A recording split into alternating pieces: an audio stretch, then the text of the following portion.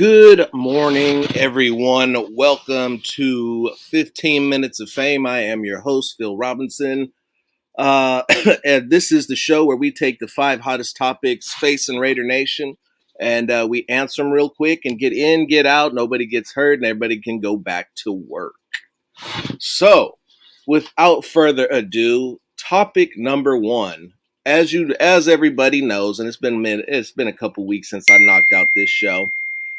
The Raiders have made a couple of big hires, and they're looking to fill a staff. So currently, the hottest topics facing Raider Nation are all front office related. So Dave Ziegler is in at GM for number one. Dave has said a lot of interesting things. Most noteworthy is who has control of personnel decisions.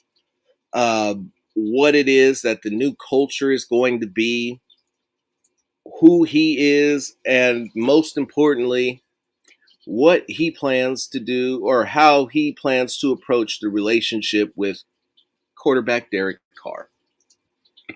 And that's primarily what's on Raider Nation's mind. Is he going to get extended? Is he not going to get extended? Is he going to play out his deal? Is he going to get traded? So for Dave, starting from the top, Dave has a look of a no-nonsense guy. Dave knows his personnel. Dave knows who's good, who's not good, and Dave is not going to be sold a false bill of goods. Nobody's Raider Nation is not going to be able to light his emails up with, "Oh, you got to do this, you got to do that." Dave is who Dave is. He's from the Patriots tree where they don't overpay anyone. He's also of the belief that you do your job, your whole job, and nothing but your job, or you get ghost. But most importantly, Dave is not impressed by small achievements. Dave comes from champions. And if you don't win the Super Bowl, every year for that matter, the season was not a success. Dave has come out, and so the first things facing Raider Nation are actually one of the first things that he's done since taking office. We'll actually revisit from on topic 5, but keeping with Dave, he said some interesting things. One of them being step one to this process in the relationship with Carr is that Carr is going to have to learn them. And in the process of Carr learning them, they're going to have to continue to turn over the roster and see how he fits in the grand scheme of things. Does it mean that he's not going to fit? No. Does it mean that he is going to fit? Probably not. Doesn't mean that either. What it means is that he is not going to make any type of decisions or reach any type of conclusion without first seeing how Carr operates and what it is that they're trying to do. And that's a fair way to go about doing it. It's a smart way to go about doing it. And Dave Ziegler is a smart guy. When you look at him, you could tell he's a smart guy. When you listen to him talk, you know he's a smart guy. And when you see somebody try to bullshit him, his reaction will tell you he's a smart guy and he's not falling for that either. So, in terms of moves are going to get made, and we honestly want to see what is going on, and we're all in a rush to get all the answers to our questions now, and it's going to be a process. But their processes are ones that they will continue to adapt and approach with a high level of detail. And this was from his mouth. And that's the way they did things in New England. And so that's the way that I'm hoping that they will continue to do that. They will start to do things over here in Las Vegas. Which brings me up to topic number 2. Topic number 2, you guessed it, will be Josh McDaniels as the head coach. People have killed this hire. It's funny. Raider Nation is the reciprocal of the NFL, and we love to be that. Oh, there's 31 teams, and then there's the Raiders. Raider Nation has been crushing this move. Most of them don't like it. Most of them don't want it. Why? Because he was a Patriot. Because he worked with Tom Brady. Because he worked under Bill Belichick. Oh, I was about to say Parcells. That's funny. And to that, I would say this: at what point does it become a problem to work in a successful environment? Maybe somebody can answer that question for me. Said Josh McDaniels worked with the greatest quarterback in the history of the NFL. That's a problem. He worked under the greatest head coach in the NFL, the most successful championship winning head coach the NFL's ever seen. That's a problem. And he was working in the most successful organization in the NFL for the last 18 years. And somehow, that's a problem.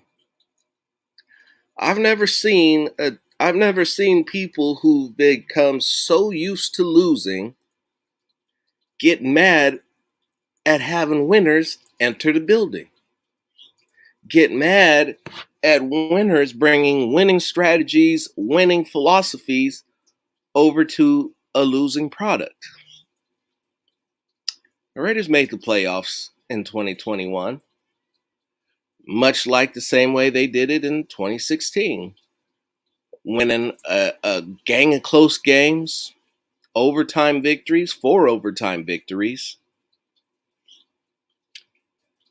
ranking at the bottom in red zone percentage, ranking at near the bottom in third down conversion percentage, and yet somehow a coach who's 7th in red zone percentage, and I believe he was the top 15 in scoring offenses, with great play calling, with good play designs, ready to get your tight end, Darren Waller, your slot receiver, Hunter Renfrow, the ball in spaces is a bad thing. I'm not making this up. This is what Raider Nation will tell you. This is the popular opinion between Raider Nation. It's all Belichick. Belichick, the defensive genius, is coaching offense. Only Belichick has come out and said during 2001, the beginning of the Super Bowl run, that Josh Daniels was calling 95% of the offense. Or excuse me, not 2001, but going back to when he was the OC. I think it was 2011, that Josh Daniels is calling the majority of the offense, 90 to 95%. And when Bill does have input on the offense or suggest things that he wanted to do, he would either do it or he would look him in the face and tell him, Bill, I just don't think now's the time for that. And he would be correct. I am curious. I am quite curious. I'm excited for the possibilities of this offense. This offense that made the playoffs, this offense that we love so much, our guy, whether it's Derek, whether it's Josh, whether it's Hunter, whether it's Darren, Zay, or whoever else it is that they choose to bring in. We can all agree that play calling was a huge issue for this team. Red zone play calling was abysmal. Third downs were also just for a stretch. They were only converting 1-2 third downs a game, and yet hiring Josh McDaniels to most of Raider Nation is a bad thing. I don't understand it. That's just what I've seen on Twitter. You guys are free to, in the comment section, to let everybody else know what a great hire this is, because everybody else in the NFL, those other 31 teams, are looking at this as this is the move that is going to bring the Raiders back to prominence. Not relevance, prominence. to go back to winning, to being a winning franchise, a winning organization, a championship organization.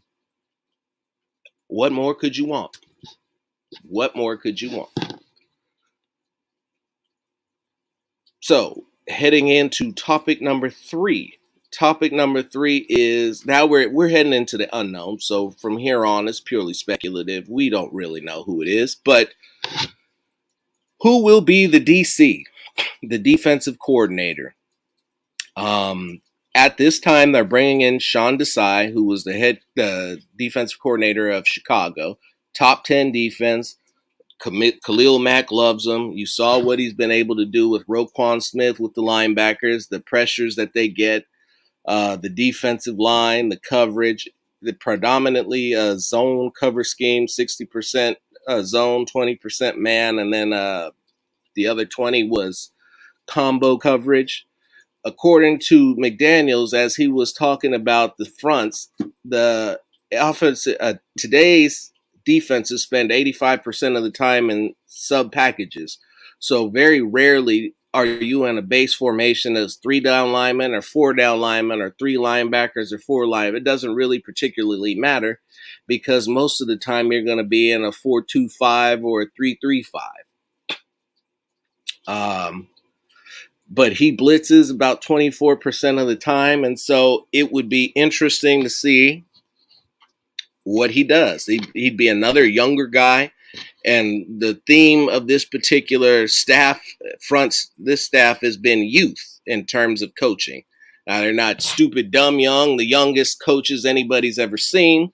They've been around the block for the most part and enjoyed success, but they're not old dinosaurs who can't relate to players, who can't teach players, and won't be around for more than 4 or 5 years because they're retiring. Another name that's been brought up has been Winkdale out of Baltimore. Since he's been relieved of his duties, he's been another one who's rumored to have ties to Josh McDaniels. Towards the last couple seasons, Wink's defense hasn't been quite what it used to be, but then again, he's also had a lot of injuries and a lot of guys leaving. He got an aging Calais Campbell, God bless his soul. Calais Campbell's going to play till he's 150 years old. But even he's not the same guy that he used to be. Everybody's been kind of asking about Mayo, Gerard Mayo, and I think what it's going to come down to with Gerard Mayo is the fact that the Patriots aren't going to let him leave. Are not going to let him leave. The another offensive coordinator, that's the next one actually. Moving on to number 4, I don't like Matt Patricia as defensive coordinator at all. In fact, Matt Patricia can stay the hell away from our franchise. I'll even pull this up and keep the show rolling for this one. I feel the same way about Matt Patricia as everybody else feels about Josh McDaniels. Let me just say first and foremost, that guy. I saw what he did with Detroit. I've heard about the attitudes that he approached his team with, and there is nothing that no part of that Raider Nation should want on this franchise. Zero. I'd rather have Steven Belichick be my DC than Matt Patricia. Moving on. OC is one of the hardest ones to judge. We all know that it's pretty much going to be McDaniels' baby on offense. He's going to be calling the plays. He's going to be installing his designs. He's going to be doing all his things. But if you go on Wikipedia and look at, and a couple of people on Twitter have suggested that this might be the move. We don't know. Nothing has been confirmed yet, but Mick Lombardi is looking at coming over from the Patriots. Now, once again, there arises the issue of if they're going to let him leave to come over and do that, to come over with McDaniels and be their OC. Mick was McDaniels' receivers coach in New England and supposedly was a big part of his a big part of his offense, and so that's a name to keep an eye out for. I haven't heard too many other names for OC. I mean, you at this point we're just kind of throwing shit at the wall and trying to see what sticks. So we're gonna keep into watching that and see what's going on. The staff should finish being rounded out shortly, probably by the end of the week. I've heard that it should be by tomorrow or Saturday, which technically would be the end of the week, but that's what I am hearing. And so I've run over my time, but we'll hit the last one real quick, and that is the hires that have been made. Now, I had alluded to this earlier in topic number 1, and so we'll touch on it now. Dave Ziegler did something interesting that has never been done by the Raiders, and something that, oddly enough, is what happened to him in New England. Dave Ziegler created a position for a top mind and making sure that the Raiders did not allow Champ Kelly to go someplace else, Anthony Champ Kelly. So he made him the assistant GM. Now, the funny thing about that is that we had made mention of this, and when we made mention of this on the Unfiltered Truth with me and Phil Jones, we had suggested that it would be Ed Dodds who would fill that particular role. And so the role, while we were good with the role, the coach that they chose, the guy they chose, was different. Champ Kelly's a good one. Champ Kelly is a person of color, since that seems to be the topic of the day, especially with Brian Flores getting ready to sue the league and naming the Raiders as their hiring practices as part of a league-wide issue with running people of color out of the league and giving their jobs to less qualified non-people of color. That is one that will be interesting to see how that particularly plays out. But that's what he said. And for now, we mentioned Mick Lombardi as the offensive coordinator and his role in New England, but the Raiders have retained Edgar Bennett as the wide receivers coach, and I think that is a fabulous move. Edgar Bennett is an up-and-comer. He's getting a lot out of these wide receivers. He's done well with them. Look at what he's done with Zay Jones. For everybody who's told you Zay Jones was terrible, when he came in and finally started getting a rock, he finally started delivering. When the Raiders signed Zay Jones, I was thrilled. I figured he would have been the best wide receiver for Carr because he's a short yardage specialist. With a lot of SAQ, short area quickness, some quick routes, quick twitch, get open, strong hands, and do it. I mean, we forget Zay Jones, I want to say, set a college record at Eastern Carolina with 23 receptions in a game, I believe. He was either 22 or 23 in a college game. Now, his quarterback was I'll say it, he was mediocre, and a lot of those were short passes, but Zay Jones still put in that work. And with the preferred preferences of Carr and his short yardage throws to the wide receivers, either short yards or YOLO throws, I figured that it would have worked out a lot faster and a lot better than it did. But somehow, progress is a slow process, and we're getting there. Keeping Bennett, and so far Bennett has been the only person retained on this staff. And I can't blame him. I think that was another one of the good ones from the Raiders. And I can't wait to see who they hire as the O-line coach, because it's been said Cable is out. Said Cable had some good years. Last year was not one of them, although he did a phenomenal job with Andre James, getting him during a season, getting him from being the worst center to middle of the pack on his way up. So there's still a ton of things to look out for as we move forward and we continue to fill out the staff. So sit back, relax, and just wait. This has been 15 Minutes of Fame with Phil Robinson, and I am out. Y'all have a good one. Thank you for viewing this. If you are not a regular subscriber, if you're not subscribed already, please Like, subscribe, help us get over the 1,000 mark. Last I checked, we were at 957. Please help us get over the 1,000 mark. Continue to support the Unfiltered Truth, me, Phil Jones, Rich, and just the truth in general. Like and subscribe, click the notifications so you never miss a video. I'm trying to get better at the whole timing thing. I just kind of do things when I have time for it, so that's my bad. I'm trying to get better at it. But everybody, God bless. Take care.